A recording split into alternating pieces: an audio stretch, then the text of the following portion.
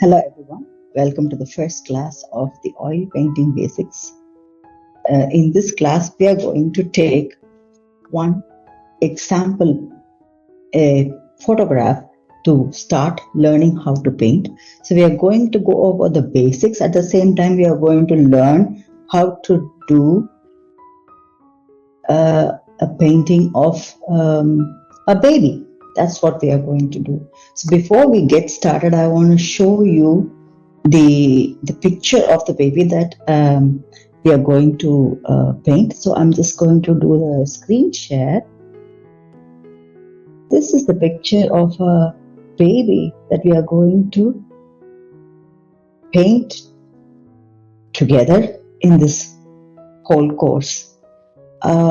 This picture will also be available in the link so that you can download and try doing it together as well. This has been a picture of a 6-month-old baby of my friend. She's been kind to share this picture for the study. Okay, so we go back to looking at the things that we need for painting. We will have need for oil paints and what we call hog hair brushes. So I have some oil paints with me. It's a lot of things that I have, but I will keep on showing you the colors that I'm using. So I have a huge bunch of oil paints mostly from a brand called My Mary. It's an Italian brand, and this is called Classico. And I have been using this for a brand for a while. Unfortunately, we don't have the stock of this anymore here, so I've been trying to experiment with few other brands as well. So I use a brand called Rembrandt, and there's also another brand that I use that is called Van Gogh. Just trying to find one example here. Right here, yes. So this is a Van Gogh brand oil painting. You can buy any brand that is convenient for you and easily accessible to start with. But when you move on, I would definitely recommend a brand that you are very convinced with and you stick on with it all the time. This has been my learning also. I have switched brands and I do find advantages and disadvantages. I will tell you why. When we use different brands, the nature of, for example, if it's a green, let's say that we are picking up a basic olive green. The olive green need not necessarily be the same kind of texture and the same output or the same drying time in an oil painting. From one brand to another, there might be differences, and you might or might not like some. I'll tell you why. When you mix, for example, let's say that you are using let's say watercolors. The basic watercolors that you use, you will always start with mixing them with water. Same way, we will always need a medium. So this water is a medium. So we'll always need a medium to mix the oil paints. And for that, the medium will be oil, definitely. And there are natural mediums like, for example, cold pressed linseed oil that I use all the time. This is the oil that I prefer to use all the time. This is a very natural one and it is time consuming to use this. There are drying mediums that are really fast. There's so many drying mediums available. I have tried one. I think this is one drying medium that I have.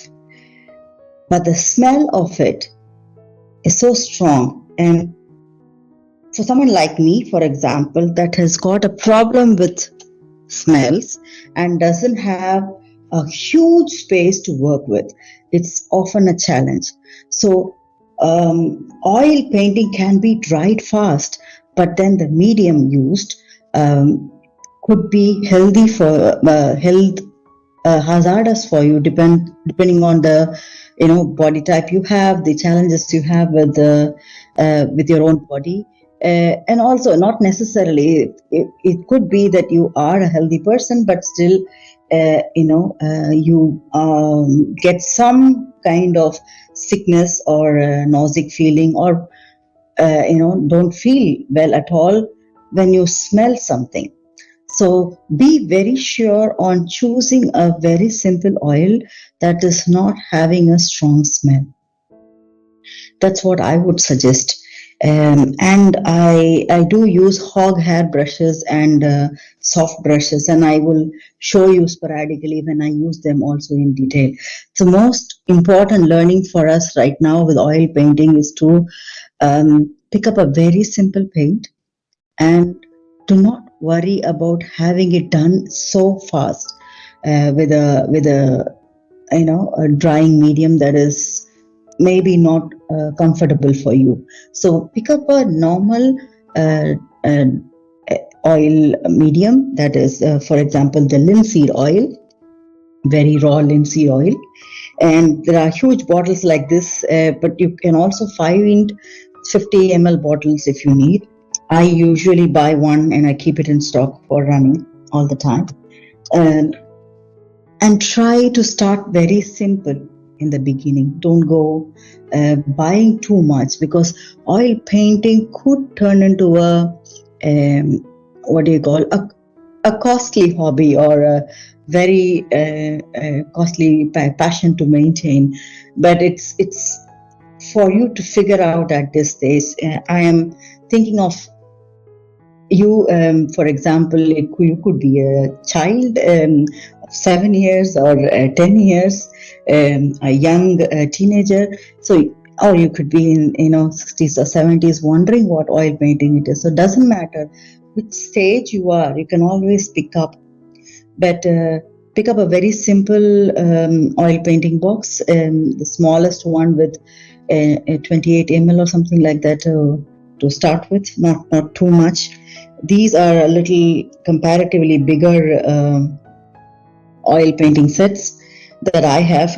I've got a huge palette of it, but still, this is because I have been building it for many years right now, and it's not that I've been going and buying everything at the same time. So I do choose colors that I need, and I try, and I have also thought, okay, it's not a good one, and thrown something away as well. So in the beginning, buy a small box that is available with a 12 color set. That is really good to start with, to try. And that's what I always advise to start with for children here, and also elders that are starting for the first time. I can show you one also, for example, here. This is one brand that is available here in Denmark, and it's called Belluno, and it's got 12 ml oil colors. And this is what I give to my students that start with me for the first time. So this is one I would suggest to start with, not necessarily that it's the same brand, but, pick up something small to start with. Okay. And a canvas. So right now we are going to try to paint a baby picture, and I have chosen a 40 by 40 centimeter. I've chosen a 40 by 40 centimeter canvas to work with. And if I have to show you how this canvas looks, it's also fairly cheap one that I have chosen to practice right now. But usually I go for costlier material, linen material, when I am painting, for example, for sale or when I have a private art commission to work on, then I go by what my customer needs, and I go and buy a little costlier material. For practice, it's always good to go for something cheap to start with. Yeah, and this is mounted on.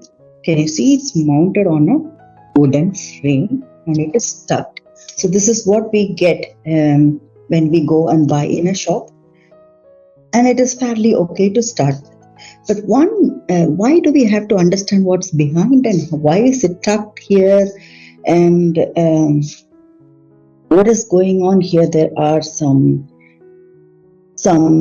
places where you can insert something. What are these? Does it really matter? I think it's important for us to understand these basics also before even we get started. One thing is that it's a cloth. It's just like the cloth that we are wearing. It's the cloth. So the cloth will have threads woven together. Obviously, that's how the cloth is formed. So the paint will have to go in and settle in every single thread line properly. That will determine the quality, first of all. And when you start working on layers, which I will explain also when time comes, it really matters that you have a very good material to work on so that it doesn't tear off. If you have bought very low quality, when you start working on layers, maybe you're pressing something, you're doing something, depending upon what kind of painting you are doing, you might notice that the cloth is a little soggy somewhere, or it goes down somewhere, and also it has it starts getting some pores or holes, depending upon how you are managing it. So a good quality linen is important when you are growing into this area, taking it more seriously, and maybe wanting to sell paintings. The life of the painting is definitely a very important component when you are deciding the price of the painting. So, on a long shot, yes, definitely we will go for something of a higher quality, but for now, for practice, I am okay with it. Let's look at the back again. So it is cloth, it's going to bulge up and down. Can you see when I do this, you can see that it's moving around. So it's going to be moving around when I put my brush all the time. So there is something called tension that between, it's stretched canvas on a wooden frame. So there is a tension and it loosens up when I start painting from behind. So I'm putting my finger behind so you can see, can you see? There is some, so you can see my finger already because of the pressure that I'm giving, at least at a stage where, we have not even started on this. Can you see that the bulge is there? So this tension will always be there in a cloth when it is mounted on a wooden frame like this and tethered like this. So to increase the tension, to make sure that it don't bulge much, there is also some spaces given here where you put in, when you buy a canvas, they will always give you some pieces of wood to put in. It doesn't really matter that you put this in or not when it comes to smaller canvases, but I think the more bigger you get into, you will see the need of it. So let me see if I have some of those to put in. I have one to show you how it looks like, but I will just show you how to insert. But you will invariably get 8 pieces when you have bought a pack along with it, So it will come with 8 such pieces and it will go into 2 different directions. So you see that it goes in like this, and I am pulling this out to show you that it can also go in another direction. So when you have 8 pieces on it, the tension increases and it becomes a little tighter to work on in the front. So that's one thing I will do to understand my canvas first, to before even I get started with the work. And yes, do remember that this tension thing the wooden piece that we have put in should not go out of it and come and start inserting on the wrong side and come out of it. Ideally, the piece that is given should be the one that is manageable for this frame. So when you buy as a set, remember to use the same ones. Here I am picking up a wrong example deliberately to show you a wooden piece that actually is not a part of this one, deliberately to show you something. So when I use a wooden piece, let's say you're buying a lot of canvases like this, framed canvas like this, and you have mixed up the wooden pieces that are coming along with it, and you don't know which is which, and you start using a wrong one for the canvas. It could actually hurt the canvas and start making a hole in the canvas. So this is definitely, can you see the length of this space? So this is definitely not meant for this, and it can go and hurt or make a hole on the other side of the cloth if I keep inserting this. I don't want to do it now, but if I let it go, I would actually tear open my canvas on this side. So it's also important that when you have picked up a canvas frame, whatever wooden piece comes along with it, use the same, and it will be 8 pieces for the 8 corners. So this is one important point before we get started. So right now we have looked at different kind of paints to work on, and we have looked at the canvas itself.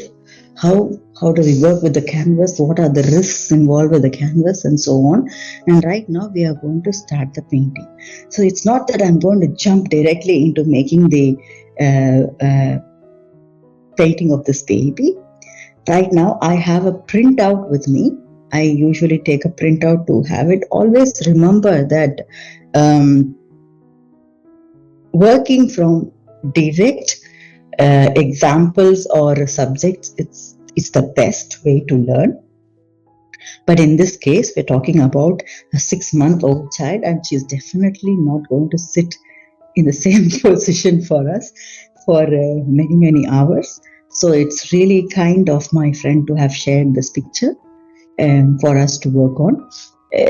I like having it printed off, but I know the risk of having it printed off also. So there are colors, and the colors come from the printer that we use. And no offense to any of the printing mediums, different printers definitely will come with a very different color range, so you might not get it right 100%. So always, in this case, I have an access to this child. I can also look at the child personally, so there is a possibility. So I will also know some basics and about the subject, because I have access to the subject. So remember that when we are printing it off, we might not have 100% of the color tones right, and it's not necessary that it will be reflecting all the tonalities, all the sharpnesses. So it's up to us to learn also. So there is always a risk when you are painting from a printout like this, or you're having your laptop or iPad next to you and having the picture next to you to paint.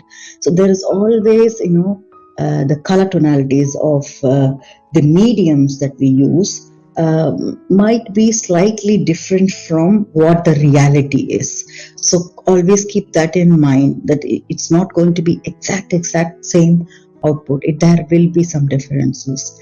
Plus, I am going to now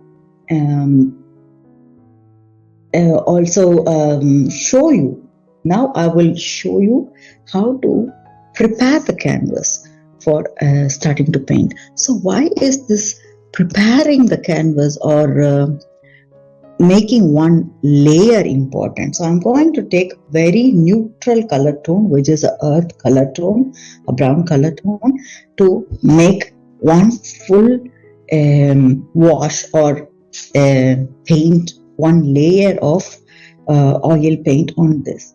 Why would we do that when we know what we are going to paint?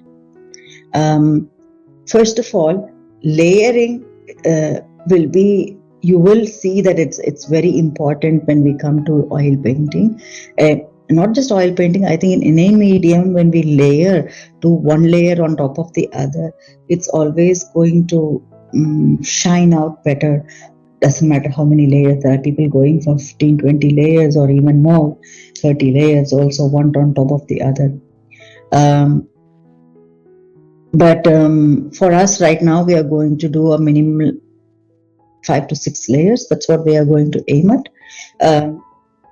What I would say about starting with the first layer of a brown coat will help you, first of all, to get acclimatized with the space as an artist. That's one thing. And then remember that we are painting on a cloth, so the cloth needs to absorb as many layers on top of it as possible. And for that, every single thread needs to have the color bound into it, and that cannot be possible when you're focusing on some details. Let's say I'm more focusing on the hair of the child and so on. So I will prefer every single thread and every single nook and corner of this uh, uh, canvas to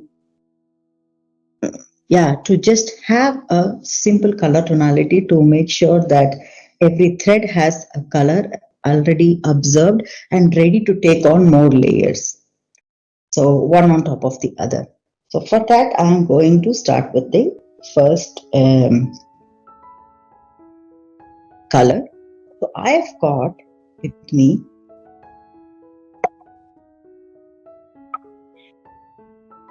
I have a use and throw palette with me. So there are people using wooden palette, any palette you can use.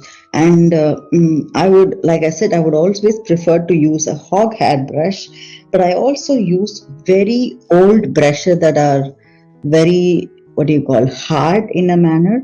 A hog hair brush is usually a little stronger, harder one, and it pokes into the threads of the canvas very well to have the color done properly. And all brushes also do the same process, so I do use both. In this case, I have taken a very old brush that's it's been there for many years, I think, with me. So it's really spiky, and it's going to help me go in to every single thread when I paint. So that's what I do. And before I start, I do use my oil medium, and I usually have very handy stuff from home.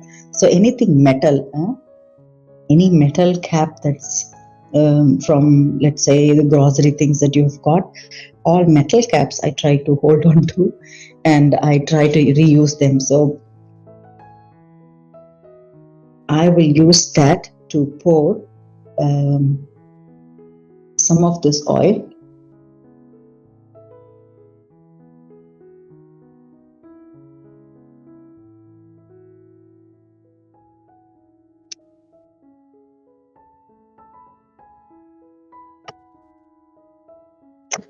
And if you see, I don't take much of oil.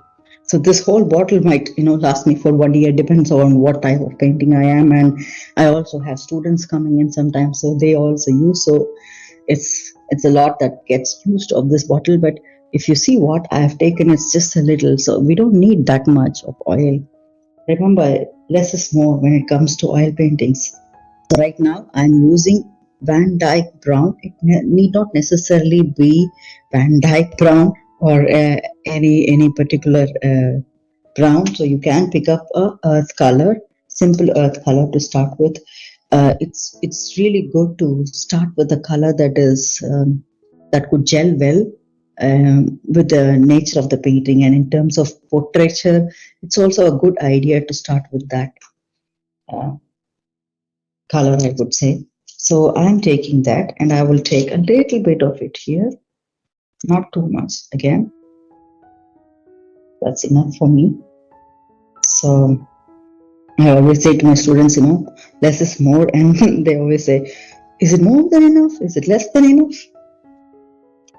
That's how we go on here. And I'm taking this brush, and I will take a dip of that in the oil, and take a bit of it, and I will start going on brushing it. So can you see the scratching sound is already coming? So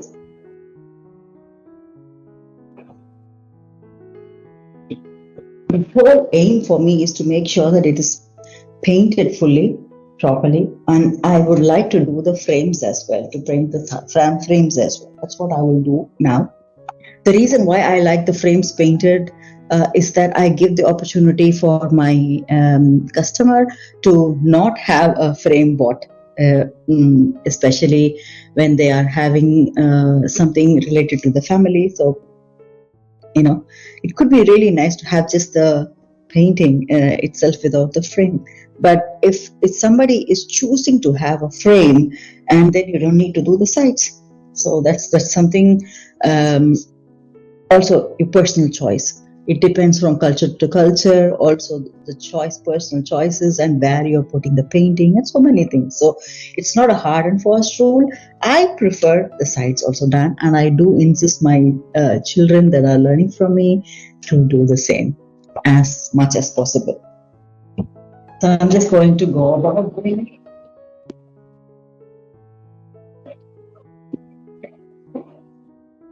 Look at the approach I'm taking. I'm giving it a hard hand.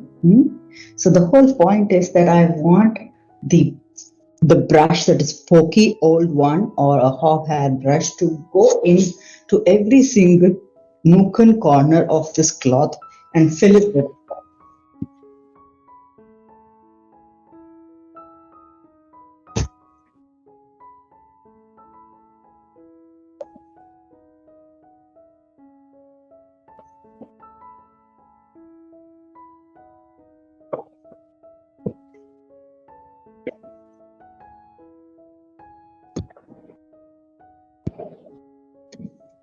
And then, yes, I am making that the size is also not moving.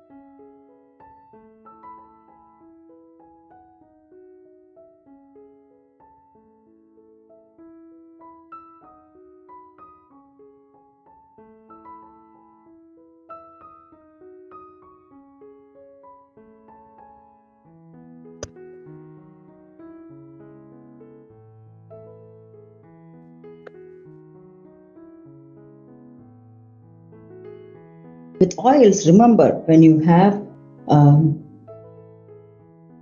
too much oil in one place, it's always a way to move the oil around. So try not to pick up again and again, and efficiently use the paint that you have applied already on the canvas.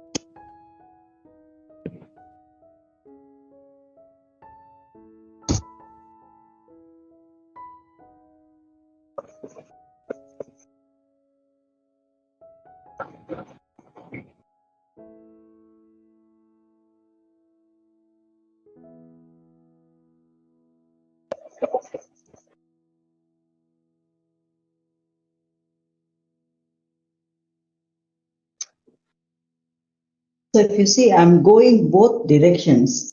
Directions are very important when you come to the layers that are finalizing, where the characters are built and so on. But right now, both directions. The reason again is the same thing. I want every single space here to be covered and poked and to have as much of this brown color as possible. So I'm going crisscross.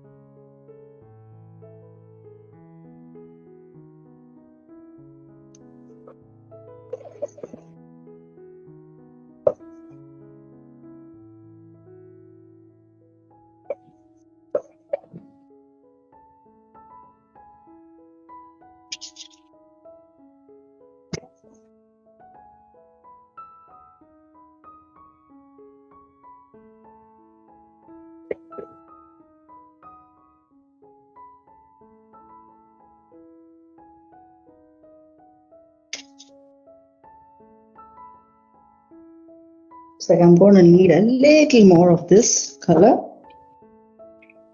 Take it. Too much. I've again taken a little more only. Here.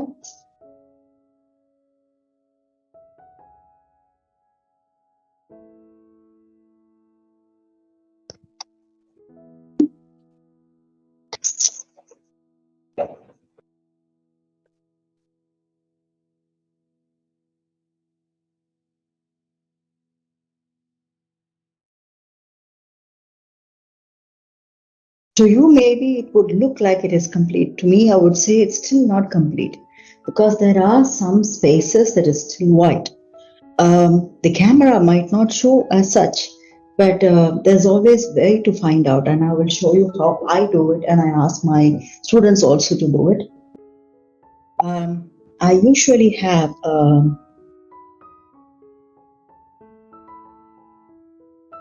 lens like this in my class, and I do show it to children also to use it frequently to check if there is anything missing and go over and see. And definitely there will be some space that I have missed out that I want to be sure has some of the color. So it's very important that even at this stage you focus on quality. Doesn't matter what stage you are. Do a very good job in every single layer. Doesn't matter, where you have started. The quality is what will speak for itself when it comes to completion of a painting. And for that, every single layer is equally important. So even though it's the first layer that will never ever be seen in the final product, I will give it as much quality as needed or more. Yeah.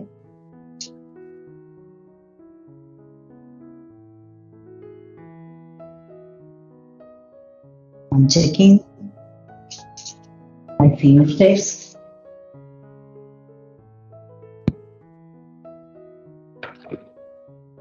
Definitely, where you have placed a holder like this, that's going to be obvious spaces, and I will move the camera up to show you slightly.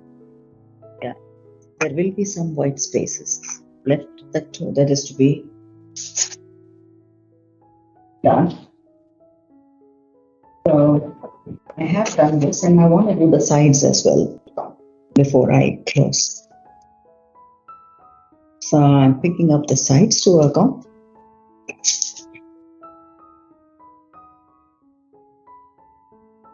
Again, the same quality doesn't matter, it's the side, nobody will see it. If it goes on a frame, then nobody will see it. Now, if you have decided to do the frame or the sides, do it with equal quality.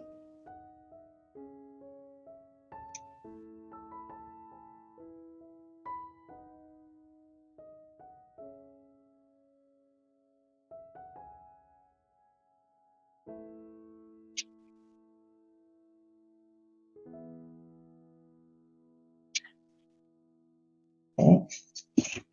One side done.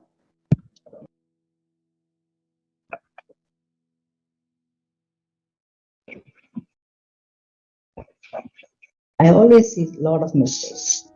I don't know why I keep seeing mistakes only. There's so many spaces that I did not do well.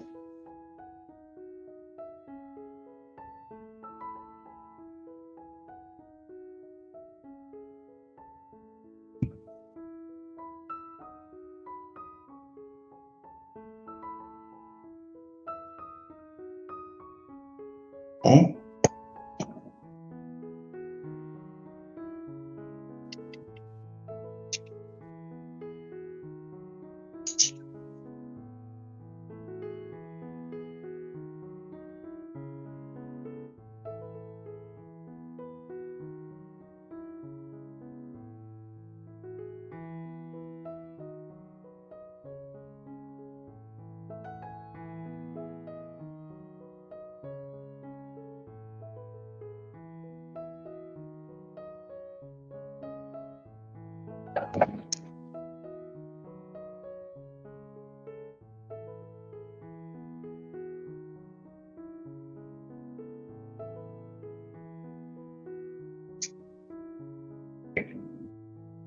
Okay, the third side. And by this time, I also have different colors that I did not plan for. But that's because, my students also use this space and they have been busy painting. But it's okay, I will blend them.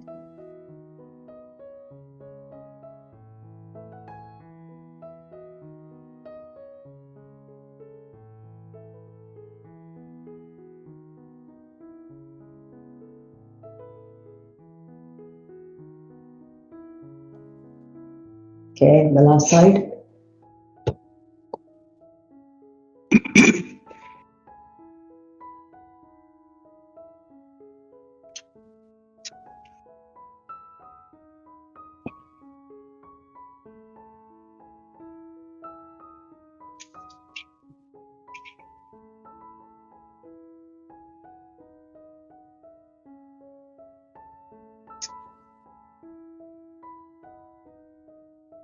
So this is going to be wet.